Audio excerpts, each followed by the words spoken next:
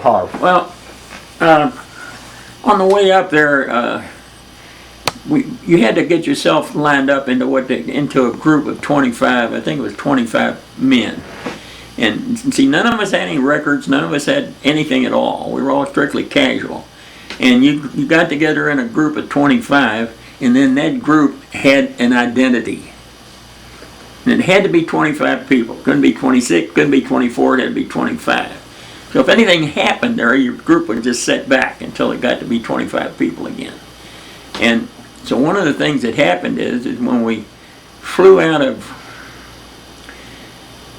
there was another flight, when we flew out of Moosburg to Reims, and we stopped in Stuttgart. But anyway, I just can't lay it out exactly where it was. But when we flew out the very first flight, we had two black fellas that were artillery people, and they were in our group. And when they took us to the first flight, it was a pretty primitive field that we were flying out of. And they were having accidents. They had a couple of planes ground loop on the end of the runway. And, there were things that weren't going well. And anyway, we got on this C-47, or 46, I don't know which one it was. And it didn't have a door. They'd been hauling coal and cattle or whatever else they hauled. And no any seats, and we had very rough takeoff. And we had a real rough takeoff. And but we got away and got to the next landing. But when it come time to start the next leg of it up to Le Havre, this one fellow he wasn't going to get on an airplane again. No way was he going to get on an airplane. And they didn't wait but a few minutes. You either start and get on, or else they just take the next group. And his friend, the other fella, all off and popped him. Bam! He wrapped him, knocked him cold as anything, threw him over his shoulder and threw him in the airplane. And that's where we got up on the second flight up to Le Havre. And so it became expedient. By this time, you had to keep those groups pretty much as they were. And from Le Havre, we were trucked over to staging areas that were big posts, big encampments, and they were named after cigarettes. There was Camp Chesterfield and Camp Old Gold, and one we went to was Camp Lucky Strike, and that's the same one that Thompson went to. Exactly. And that's where I became bosom buddies with General Eisenhower. Let's hear that story. He walked in, to the squad tent. There was 8 of us in there, and he walked in there, and he shook hands with everybody and told us he was going to triple load us maybe, but he's going to get us home, and he was very nice about everything, and anything I can ever do, let me know, and all that kind of stuff. And so after we finally got to do everything at Lucky Strike, and then we were taken back to Le Havre, actually to the port, and we were right in the vicinity of the port. And when they got a ship ready to get on a ship, they'd come in with group number, Troy Lovett's group, and you had about 5 minutes to get her out there and lined up to get on the trucks to take you to the ship. And so they finally called our group out, and we got out there and lined up to make sure everybody was there. And the guy says to me, "You guys are lucky." He said, "You're going home on a C-54, and it'll be on the northern route, and you'll be home in 24 hours. And but this guy said, "What kind of ship was a C-54? The black fella." And it's before anybody could think of it, it's a 4-engine biggie, boy, and I think we were going to stop in Greenland and Newfoundland, and that Great Circle route, and he dawned on him that it was an airplane. Boy, he didn't waste any time, man. He took off running. And pretty much chasing. And he got us, we missed it. We missed that flight. And so then, probably a couple hours later, they called us again, and this time we were put on a ship. And it was nice. It was a nice Navy transport, and it took us 11 days. Wasn't 24 hours, was it? Instead of 24 hours, yeah, it took us 11 days. And but he was something, boy. He wasn't going to get knocked out. He wasn't going to get on an airplane. I don't guess he's ever got on an airplane to this day. Maybe, I don't know. And so things were really getting silly by now. You know what I'm saying? Sure. And so anyway, yeah, fairly uneventful trip back on the ship was pretty uneventful. It was clean as a pin. It was a Navy transport, and I remember it was called the Marine Dragon. And the ship we went over was a Navy transport also. It was on the General Black, it was called. And but going over, I got pretty sick. Coming back, I didn't have not a thing. Just everything was great. And it was a rough trip too. I mean, we had plenty of stuff, but we didn't get to land in New York because everybody wanted to see the Statue of Liberty, you know. And we didn't get to land there. We landed in Boston at Fort Miles Standish, and we were there possibly maybe about 24 hours, and then back to, and then flew from there to now, he said I have such a great memory. I can't remember the army post up in Peru, Indiana. It wasn't Ben Harrison, it was, oh, that's terrible. There's another army post up, right up there, off of 31 up there. I think, oh my, that scared me. That scared me. But kind of a little interesting thing there, up at Miles Standish, I ran into an air crew that had guys from Louisville on it, and they were all guys from St. X. There was a fellow by the name of Mike Gast, who was a fine amateur pitcher from around here, played a little pro ball, and became a nationally ranked bowler later on. Mike Gast, G-A-S-T, and a fellow by the name of Vince Lococo, who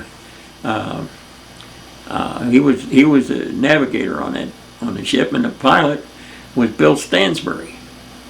Now, Bill Stansbury became our infamous mayor that decided to do a little partying when firemen were on strike. You know, you remember the deal. I do. I sure do. And they were coming, that crew, and we ran into them up there, among other people. And quite a few people we knew were coming back at the same time.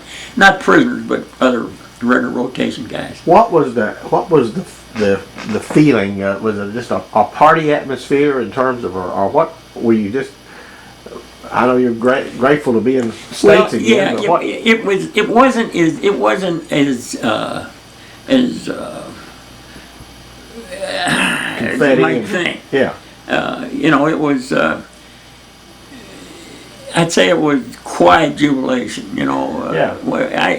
Yeah. You know what I'm saying? Yeah. It just you almost hate saying, you know, what's going to go wrong. You know, and it's kind of sitting in your mind all the time. Yeah. Billy Stansbury, like I said, he was a year ahead of me at St. X, and went into law and fairly successful in law, and then of course like became the mayor. But before any of that took place, he was in our wedding,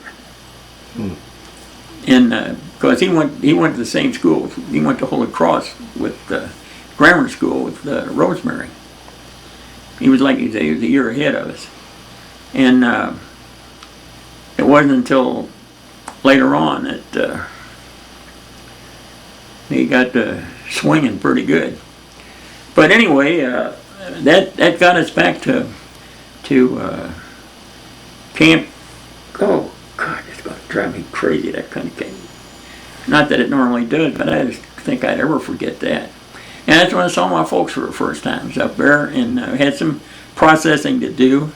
And my mom was up there, and Dad was up there. And one of their tenants, manufacturer's agents, that had his office in with my dad, and had his offices in our building, and he came up there. And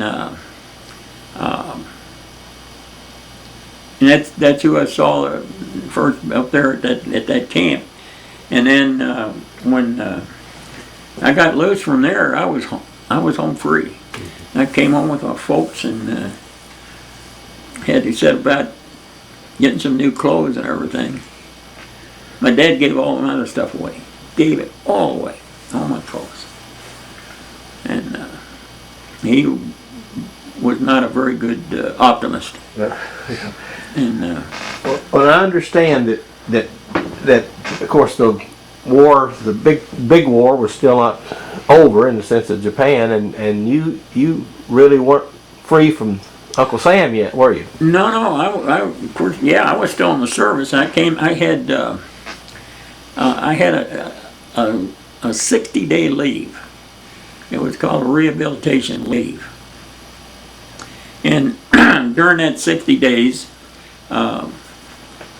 Rosemary got a wedding together, and you know, we were married on July 14th, and I'd gotten home about around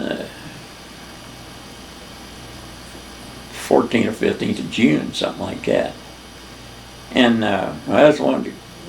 First thing we did was that I told her that I'm probably going to be involved with the invasion of Japan. I wouldn't, you know, I had to let you know. And I said, and in that case, I mean, what do you want to do? You want to sweat that thing out and wait till that's over with and see what happens, or you want to go on and do it? She said, I want to go do it. Mm-hmm. And so then I said, okay, well, let's go. And so we were just going to, you know, get to parish priest and do a quick wedding. And her mother was, oh God, just not throwing a tantrum, just crying like a, you know. And she said, oh, my only daughter, I want her to have a big wedding. And she had two brothers that were both in the Pacific by that time. And they were sending her some things so she could have things for wedding. And so I said, well, how long will it take? And she says, well, it'd take a couple months. And I said, well, let's see if you can't do it in about 3 weeks. And they did. They put a pretty good sized wedding together in 3 weeks. And we were married then on the 14th of July, and which was 64 years ago Tuesday. That's right. Absolutely. We had a very jolly wedding reception. I mean, a wedding night and wedding anniversary day. It was really rather bland, let's put it that way. Anyway, but good. And and so we were married on the 14th of July, and we couldn't really go very many places. My dad's in the transportation business, and he had plenty of gas. I mean, plenty of gasoline, you know, like that. But with the I think it was the old PA Office of Price Administration. I think it was when gasoline was rationed, and while my dad had plenty of it, and I could have the gasoline, the problem was that you get in your automobile and you have Kentucky license plates on it, and you show up in New York or Philadelphia or someplace like that, you're going to have somebody asking you how you got there, and why you were there, and how you got there, and where you got the gas to get there. And so we were married here, and we went to Cincinnati, spent about a week in Cincinnati, and then a few days at a couple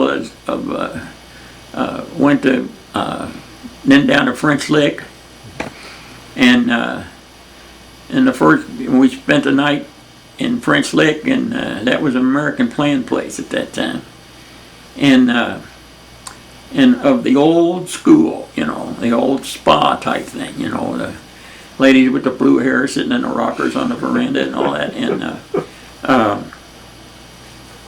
the next morning, Rosemary shows up. We show up to go to lunch. I think it was lunch, and she's wearing a pair of shorts, and these weren't the short things or anything. They were regular shorts. As a matter of fact, they were a short thing. I hated them. They were shorts that went up over his shoulders and everything, a jumper type thing.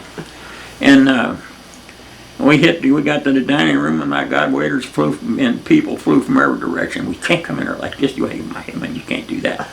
And so what do you mean you can't? And so, like I said, we checked out right away. And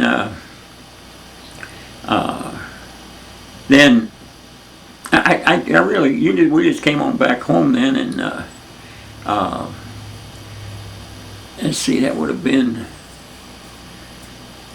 we came on back home, and we lived at my house. We were kind of batting back between Mom and Dad's house and Rosemary's mother and Dad's house. I came with Mom and Jamie, I talked to her about, that would have been December of 45 when I got back home.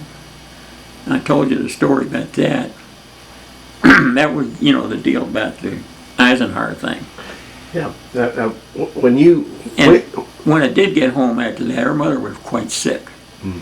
And we were pretty much, so we stayed pretty much on Wallace, at their house on Wallace.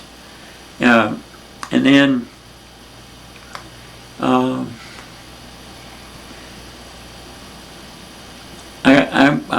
went into school right away. All right, now go back, Jim, to where, when you left Rosemary, after you stayed here, where did you go then? Where did you go? Where were you sent to at that time? Oh, you mean, I'm sorry. I should have told you that. I went on, like I said, I had a 60-day leave, and when that was over with, I was sent to Hot Springs, Arkansas, for reassignment. Mm-hmm. And we were married by now, so she went with me to Hot Springs. And I was to be sent to a line outfit someplace. And while I was there, on August 6th, hadn't gotten an assignment yet or anything. They were letting us kind of party around a little bit. It was kind of a resort place. And on August 6th, then of 45, they dropped that whiz bang on Nagasaki and Hiroshima, and the war ended. And so after that, then they really didn't need me at all. Just think about it. I was sent from Hot Springs. I was sent to Fort Riley, Kansas, to join an administrative outfit that somebody had never been in. It hadn't been anything but a line outfit by all the time I was in the Army. And this was an administrative outfit that processed troops that were going overseas.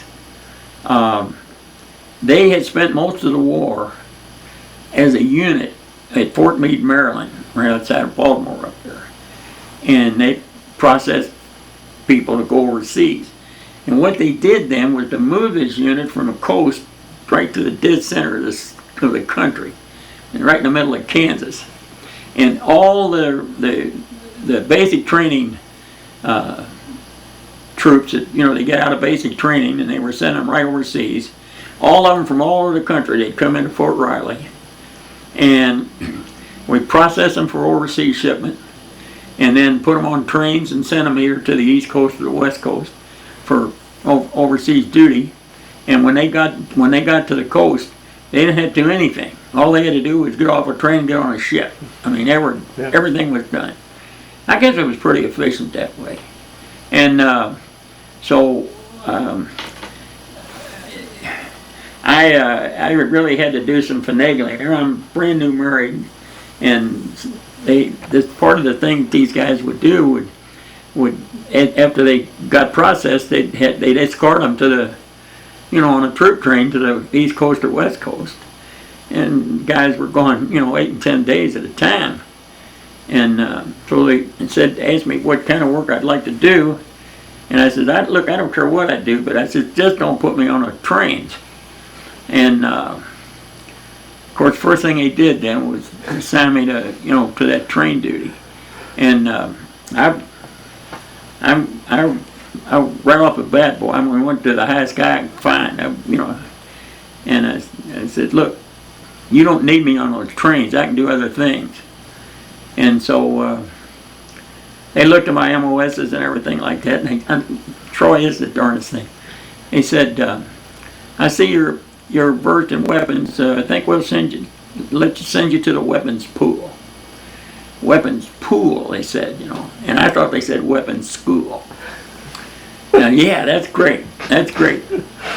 And so they did. They put me to this weapons pool, and what it was is a warehouse, where they kept all the weapons for this unit that they had. What they do, they bring in these troops, and they just didn't let them rest while they're there. They still had to train them. And so we had these weapons that they take out, and I said, oh, paperwork like he wouldn't. Oh. And the first thing that happens is that I go in there. By this time, see, I'm a staff sergeant by this time, and the guy that got out of there before me, you could get discharged if you were in for 60 months at that time. You'd get out, and so the guy was in all that time, and he's the guy that ran this weapons pool, and he got out of there, and his assistant was a corporal who really wanted to get in there and run that place, to get the new rate and everything. And here comes a clown in that's already got the rate, and I come in, I'm in charge of this thing, see. And so he's not much on me to start with, but we got to be pretty good buddies and everything like that. And he told me what had to be done and everything. The next thing that happened was the guys from battalion headquarters come down there and says, here's the inventory, all your stuff, here's the inventory. Sign it. Sign your, I said, okay. And so I started to sign, and I looked up on the wall, and there was a batch of a gun rack that held 45s, and there was all this rack, and there were two of them missing. There were two holes up there to put the guns in that didn't have a weapon in there. And the only thing that went through my mind is that they said I was supposed to have 50 weapons. And I just couldn't see how they built a gun rack that would hold 52, right. 52 weapons. And I said, well, wait a minute, let me do some checks. Just sign it. He says, that's cold. And I said, he was a first lieutenant, ROTC guy, just like, and I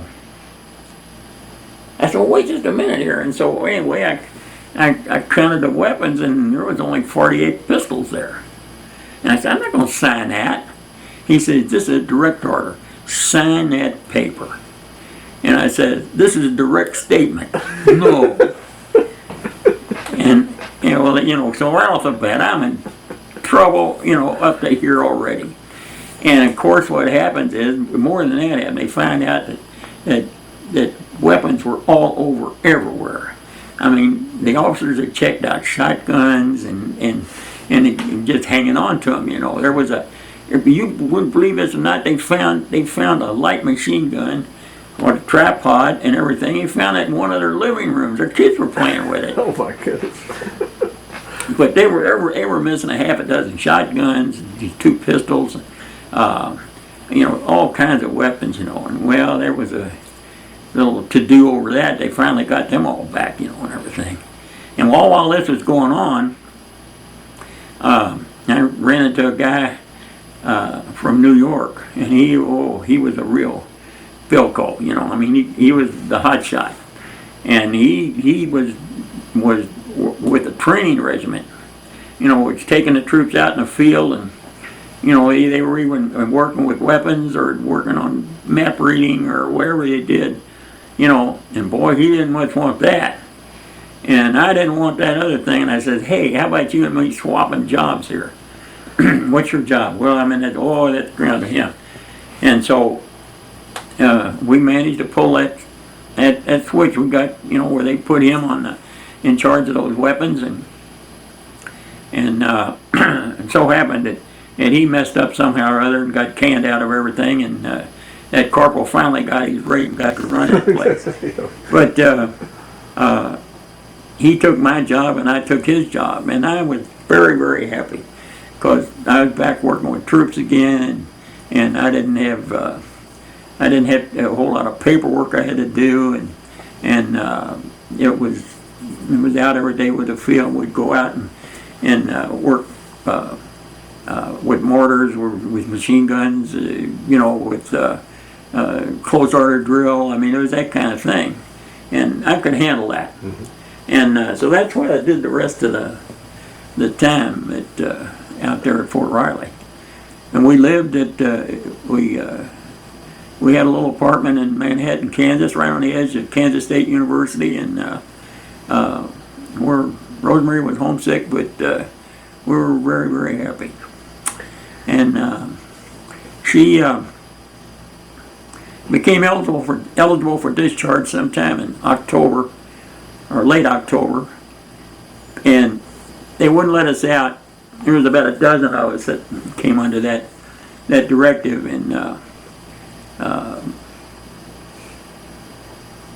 I wasn't all that shook up about getting out at the time. We had a nice little apartment.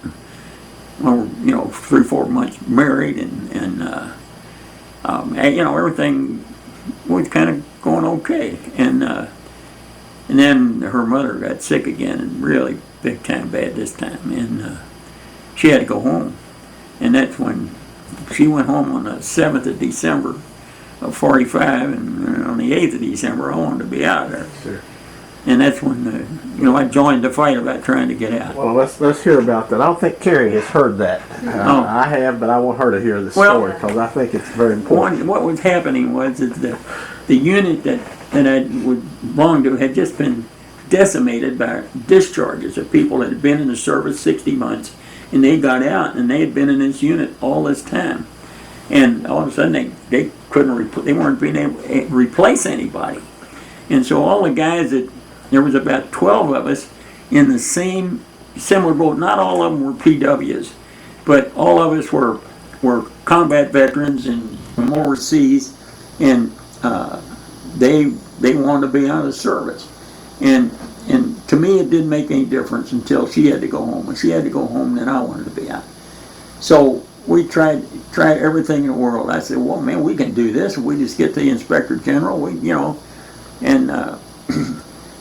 we tried everything, and we could not get out. What happened is that the directive would come in and say this category is eligible for discharge, and they just lose it. And somebody'd say, well, what about? Well, I don't have any authority to do that. Well, it came out to you. Well, I never got it. I don't know. That's what was happening. And so Rosemary went home, and this was a couple of weeks goes by, and I'm as desperate as anybody by now. And so this is right around 15th, 16th of December, somewhere around into middle of December. And she'd been gone a week or so, and we're out one night and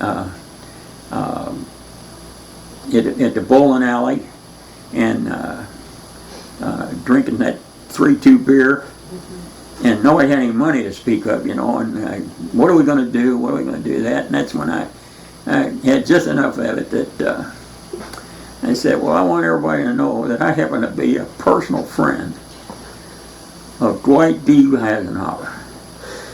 Well, how can this be? I said, well, I was over in France, and I said, he came in there, and he let me know that anytime I need anything to let it be fine.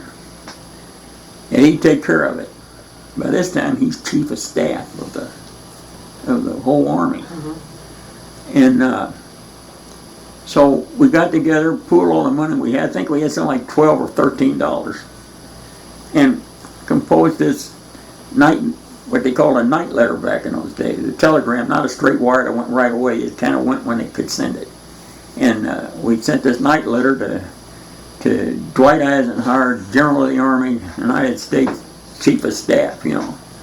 Well, the next morning, I got promoted. I got promoted from, I was a tech sergeant. Now, I got promoted another striper, all the way up to master sergeant. And that was, you know, early in the morning. By noon, I'm a buck private. Man, I got busted. and they told me, you're going to have a hard time staying out of the pokey, out of the guardhouse. And because we committed the mortal sin of the service. Don't go around anybody. I mean, you go through channels no matter what. I mean, you want to talk to your company commander, you talk to your squad leader, and the squad leader talk to the first sergeant, and the first sergeant, you know, you just don't mess around. We went all the way to the top.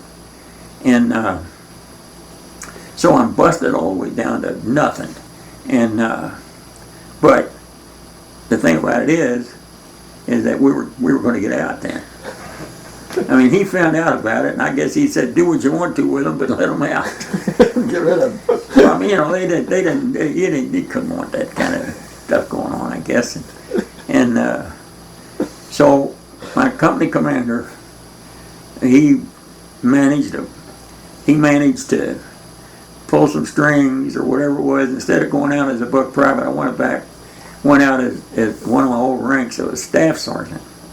And which didn't make a whole lot of difference at the time, but then I'm on Christmas. And see, I got out on 23rd of December at Fort Leavenworth, Kansas. Went to Fort Leavenworth and thought I was going to get it. Had been held over. I'm trying to get home for Christmas, you know, and I actually got out of the service. I mean, I had my discharge and everything, but they wouldn't give it to me. It says you have to go through a ceremony. And I said, ceremony? What ceremony? Well, I had to go through a ceremony where they gave me the decoration up there, the purple R and the Bronze Star. And they said, you knew you had to? Yeah, I said, I knew I had them, but nobody ever given them to me. And I had to go through a ceremony at Fort Leavenworth, Kansas, up there in the pokey up there, with all, you know, and there was about 8 people there at this ceremony. Well, it only held me up a couple hours, you know, and everything. So then it was a scramble to get home. And I took a bus from Fort Leavenworth to Kansas City. Kansas City. And trains were crowded. There was no seats. Oh, it was just terrible. And then instead of trying to just buy a ticket from there to Louisville, I would buy a ticket to where the next train was going, where there was a transfer point. So it was Kansas City to Chicago. Kansas City to St. Louis. That was across the whole state. And from St. Louis to Chicago. And then from Chicago they made a stop in North Vernon, Indiana. And finally got home on Christmas Eve. And Christmas Eve when I got home. And I made it. That's great. And I was out. And so that was Christmas 45. And then I enrolled at the university for the spring semester, or whenever I could, right after that. And the rest is history. I started. I got time to play in that spring. I played the spring 46. What were your feelings, Jim? Did you? I know there's some instances where you had some cases where you weren't sure you were going to make it the next day. Did you feel that that you wouldn't get back at any time, or did you feel that you would, or what do you? Troy, I don't know. It's a funny thing. I don't think there was any time that I ever had any doubt that I was going to get back. Okay. And I don't know why that was, but I just didn't have any doubts whatsoever. Mm-hmm. I mean, I figured, I could come back with some holes in me or something like that, or missing something, but I never ever thought that I wasn't going to get back. Yeah. Becoming a prisoner of war was something nobody thinks of. You think that you're going to get killed, you're going to get wounded, stuff like that. You never think about getting captured. Mm-hmm. And of course that happened. I didn't even know that happening when it was happening. Mm-hmm. And but no, that's just, I can say that just unequivocally. I never did ever think that I wasn't going to make it back. Never. What happened to Smitty? Smitty came back, got out of the service. He went someplace else. I kind of think where he went. I'm not really sure where he went after Hot Springs, but he got out of the service about the same time, early spring maybe, or in winter time of '46. Went back to Lima, Ohio, and he was married at the time. And sometime during he was about, by this time he would have been about 28 years old. And one of the times while we were together, he said that he had an indiscretion somewhere and had written his wife about it, and he wasn't sure about whether he's going to be married when he got back home or not. And I don't think it did take. I think because he did marry again and had a very happy marriage and made a bundle of money. He was kind of a promoter type. He went into the business of probably one of the early people went into the business of what do you call it when they do the billing and collecting for medical profession. He kind of pioneered that up in the Lima, Ohio area, and he made a pot full of money, and but died probably in the early '60s. He was been a young person when he died. Did you keep in contact with him? Yeah, occasional. I had corresponded, but I never got to see him again. Never got to see him again. When I was traveling with the quartet, Citation sang in Lima, Ohio. I think we sang that show 4 times. Over a period of 2 or 3 years, and well, I guess you do know. Oh God. Anyway, he's just past president of Johnny Appleseed. Oh, it's terrible. Anyway, he knew Smitty really very well, and so most of the information I just gave you, I got from him, as a matter of fact. But we talked on the phone a couple of times, and rarely talked too much about, what each other were doing. He knew I was in school and working for my dad. He knew I was in school and working for Dad, and I don't think he had any other family. Maybe a uncle or something or down around there. Two questions, Jim. One, I just think for the record, such a controversial thing 64 years after the fact, but I've never met a veteran and never talked with a veteran that wasn't 100% in agreement with the dropping of the bomb. I think we've gotten so far away from that today that people look at that as something that, but my feeling is that millions of lives were saved by that. That's conservative. That's a conservative. Millions is exactly right. That, and of course, it was a double thing for me. It kept me from actually being involved with all that. But basically, even looking back on the whole thing, I haven't have no qualms at all about it. Yeah. And it was a terrible thing. Wasn't any question about that. I mean, it's an awful thing. But what they did was pretty awful too. And it ended that baby in a matter of hours. Yeah.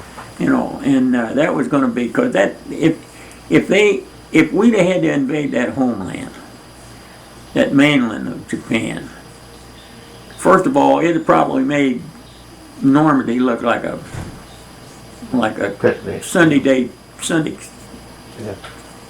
school picnic. And then the fight would have gone all the way to found another ocean someplace. I mean, it wasn't going to, find this thing and everybody, surrender and things. They'd have fought that baby all till there wasn't any of them left. And I don't have any. I don't have not one bit of a qualm about it. Yeah. Matter of fact, I don't know of any. Well, I had a couple maybe liberal friends that maybe questioned it a little bit, but none of them. Yeah. I've never heard anybody. Yeah. Matter of fact, I don't know if you knew Johnny Gibbons. Is that a name that coach of the Kentucky Colonels and was a long Johnny time. Gibbons was a Western basketball player. Yes, sir. Yeah. Yeah, and Johnny and I were very good friends, and he told me that he was over there at the time, and he said that the people today just could not imagine that the Japanese were underground, that you would, even if the invasion had happened, they would have never surrendered. No. Never surrendered. And he said that would have been unbelievable to the Japanese people as well as to the American Allied forces, So, yeah. He made me a believer in that. Yeah. Now, Rosemary's brother had two brothers, both of them in the East. One was in the Navy, his Navy supply, and he was stationed in the Philippines. And the younger one was a Marine fighter pilot, and he was stationed on Okinawa. And the older brother, her brother Ollie,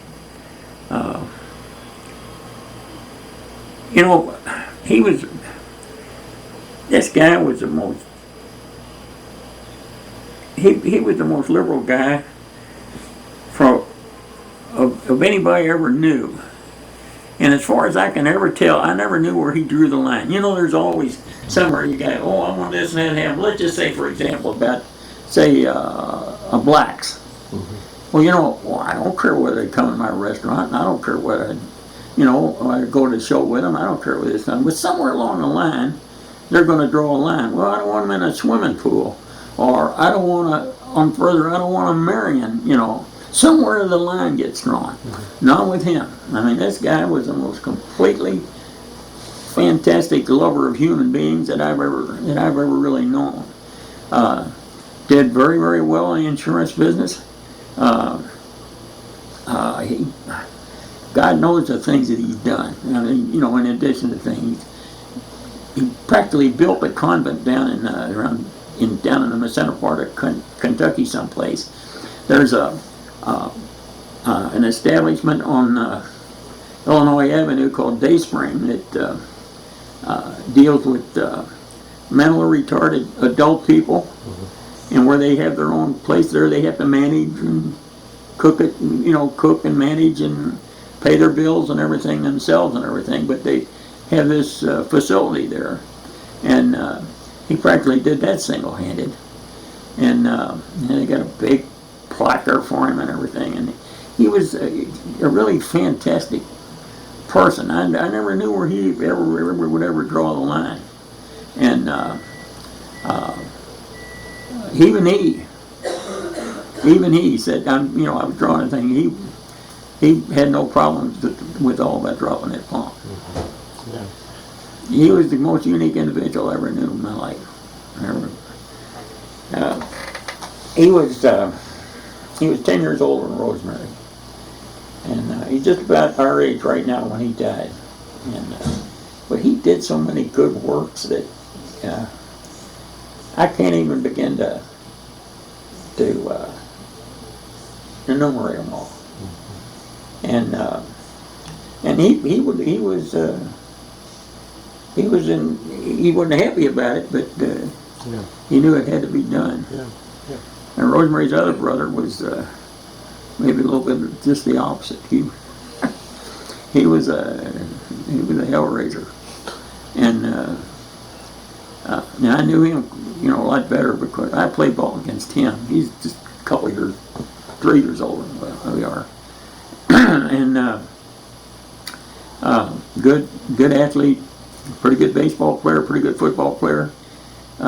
Went to St. Joe Rensselaer on football scholarship, and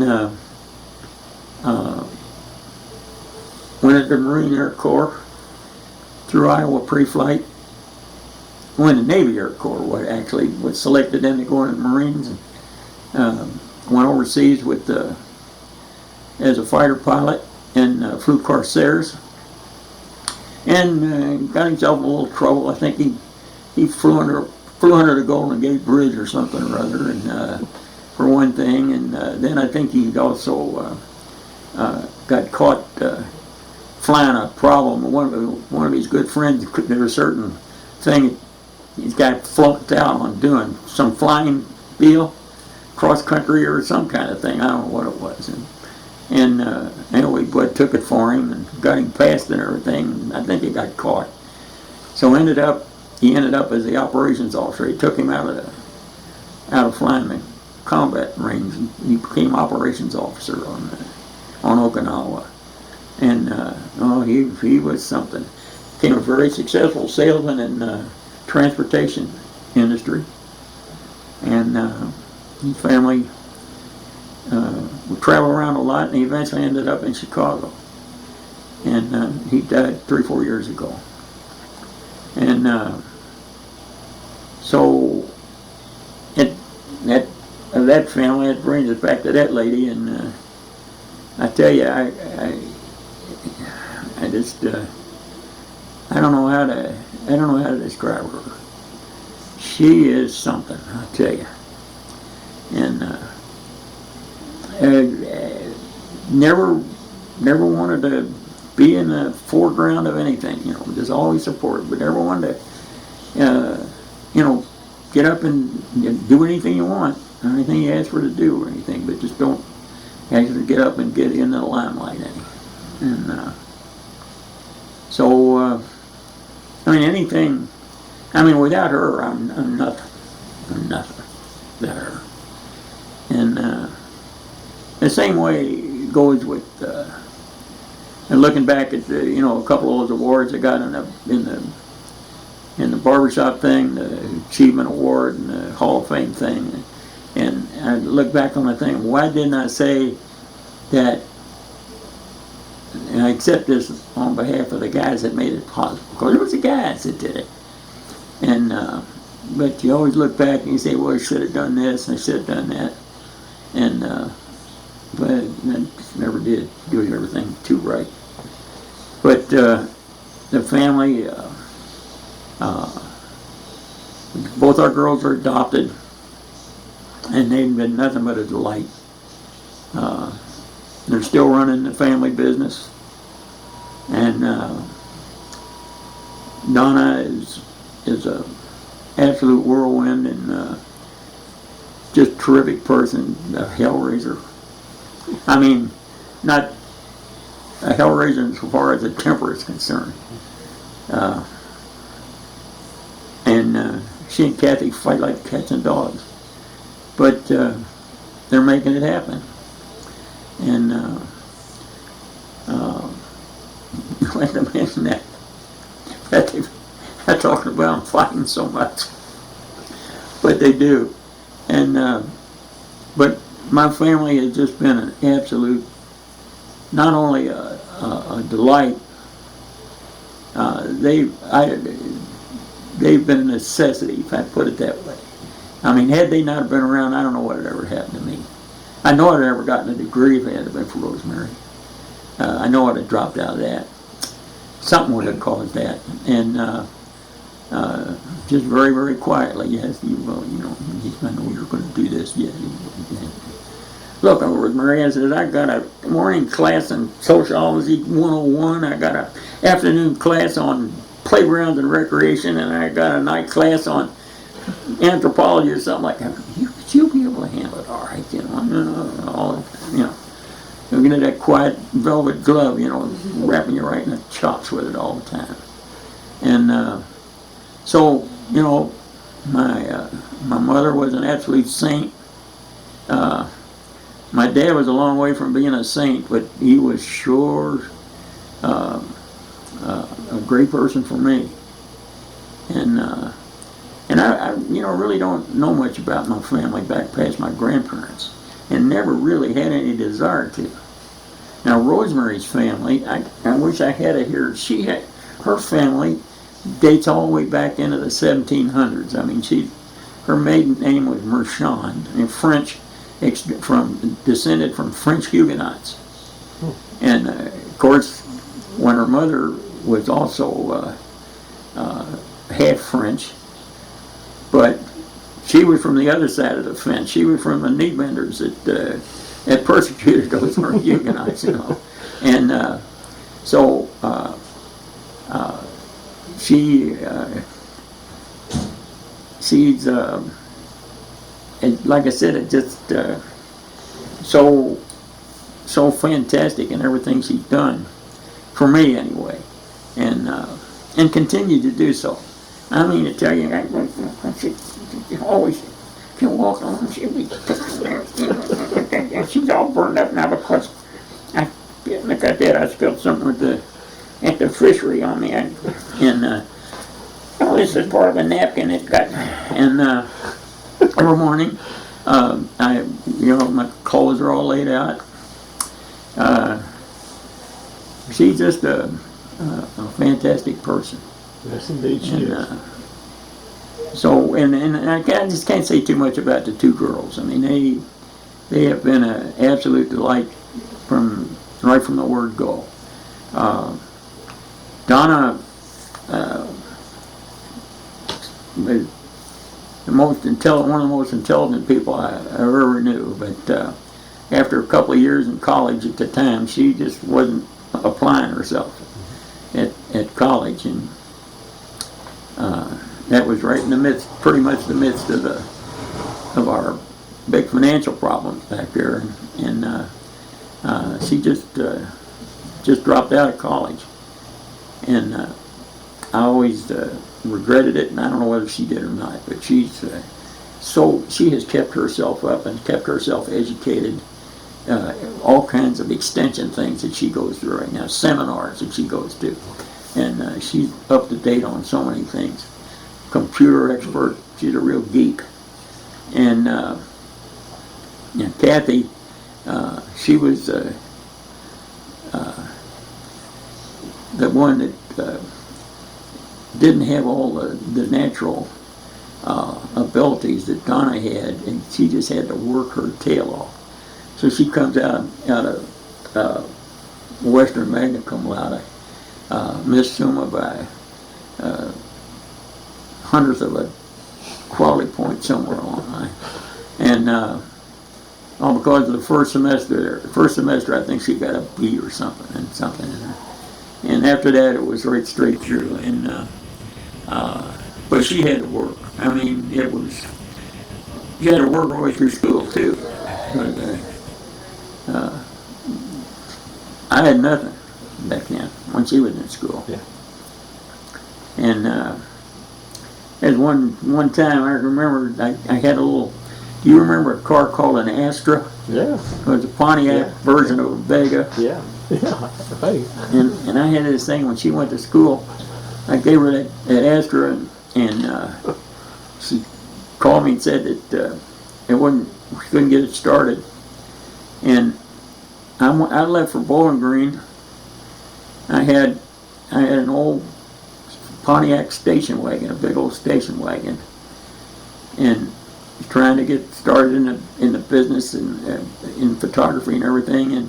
And I started down to Bowling Green down there with I had $6 in my pocket. That's all I had, and I thought I had enough cash to make it down and back. And I get down there and we find out that we checked it out. It found out you had a dead cell in the battery. And at the station where we were, a new battery was like $38 or something like that. And the guy said, well, there's a place down around the corner down there that might be able to help you out. And I went down there, and a guy told me that they had a battery, a used battery, rebuilt battery to go in there that, something like $7 or $8 or close. And I was thinking, well, I didn't have $7 or $8. And anyway, he sold me that battery for $6. And I started back home, got the car going and everything, started back home with, I hope, was enough gas to make it home, but I didn't have a penny. Those were days that I just don't ever want to even think about it.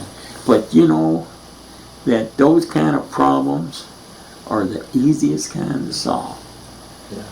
Now, those problems we solved, Rosemary and I became much closer together over. She was taking care of an invalid mother of mine at that time.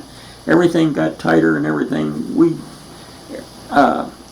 And I don't know what the problem, kids on drugs or fighting among themselves or divorces, drugs, crime or anything. I don't know that I'd have been able to handle that. I don't know. The money thing, that's the easiest kind to solve. Yeah. And the only thing that kept me to going then is that I'd have a rough week, but then on Saturday morning I'd fly someplace and sing a show and come back home on Sunday. Absolutely. So, I'm doing a lot of rambling today. No. It's been a remarkable life, and I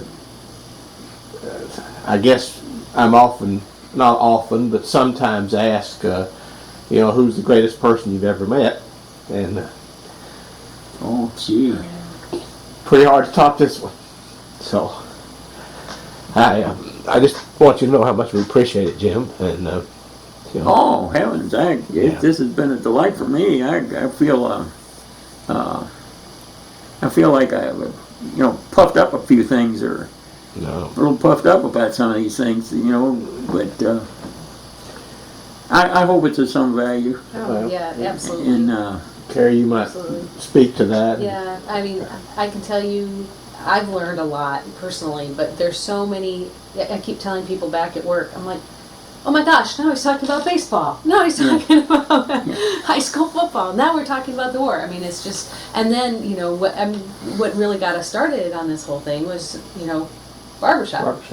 And so it's going to be such a wonderful asset. Well, the only thing I feel, I often wondered about the fact that I was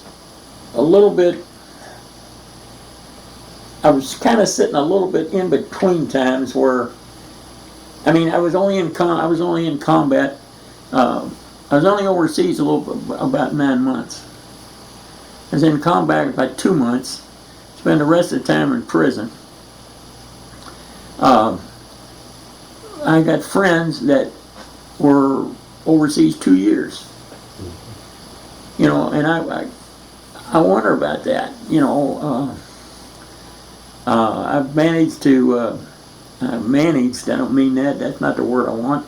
It so happens that I've gotten a little bit of notoriety over some of this stuff, and like I said, it doesn't a little old nick in the head, it doesn't compare with a lot of them. Johnny Ernstweiger, he was a plain old mud soldier. He got his knee all shot up. John Markley. Yeah. Was those kind of guys were much more involved with the war than me, and that bothers me a little bit. But that's the way it happened. Larry Myers was a combat soldier. I don't know. Yeah, and just read in the paper yesterday where a good friend from high school.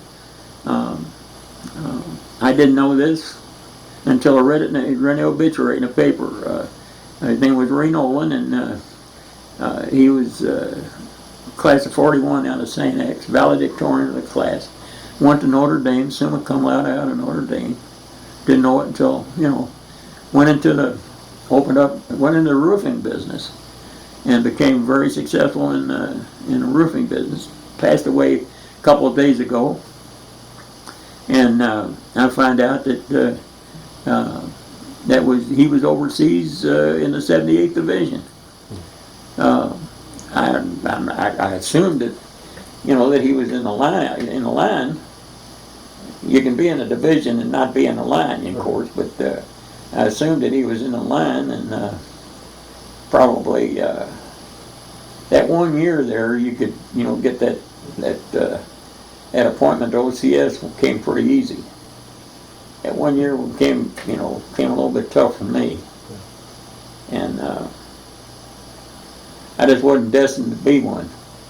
I wanted to be one. Well, you knew I General wanted to be one. Eisenhower. As long as you knew General Eisenhower, you were all right, Well, I could have stayed. If I'd have stayed overseas, I could have become they would give me a commission right away as a first lieutenant, and stayed in what they called United States Constabulary. And the United States Constabulary was kind of an intelligence police outfit. They were investigating and prosecuting black marketeers and war criminals and people like that. And they picked a few people.